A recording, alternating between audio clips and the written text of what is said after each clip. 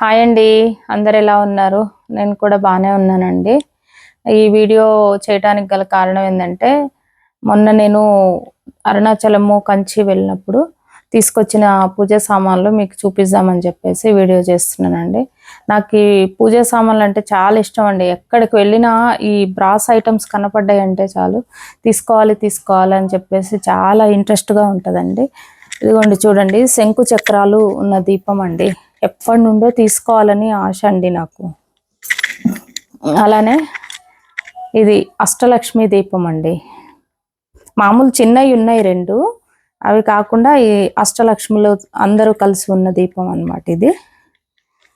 అలానే ఇది ధూపంకి సంబంధించి ఇవన్నీ నా దగ్గర చిన్న చిన్నవి అన్నీ ఉన్నాయి, కాకపోతే ఈసారి పెద్దవి తీసుకున్నా. అలానే పూలకి సంబంధించి ఒక చిన్న పాత్ర, వీటికి 2 ప్లేట్స్ అండి, ఈ 2 దీపాలకి 2 ప్లేట్స్.